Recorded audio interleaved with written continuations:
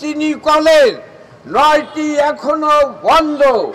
কারণ একটাই, বাংলাদেশের কোষাগারে নাকি টাকা নাই।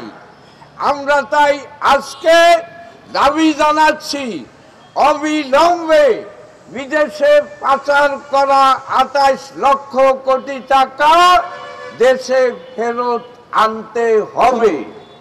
আমাদের যে সম্পদ, আমাদের দেশের যে গৌরব, সোনালী আঁশ, সেই পাটকে কেন্দ্র করে বন্ধ হওয়া যে 26টি বন্ধ পাটকল, সেটি অবিলম্বে চালু করতে হবে।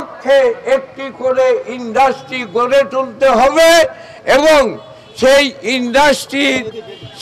ইন্ডাস্ট্রি হবে আমাদের কৃষি নির্ভর ইন্ডাস্ট্রি।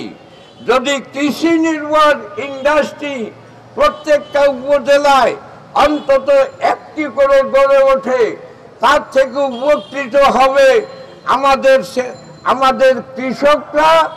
অন্যদিকে প্রত্যেকটি উপজেলায় আমাদের শ্রমিকদের নতুন করে কর্মসংস্থানের সুযোগ হবে। আপনারা জানেন, বাংলাদেশের 73টি সুতা বস্ত্রকল বন্ধ।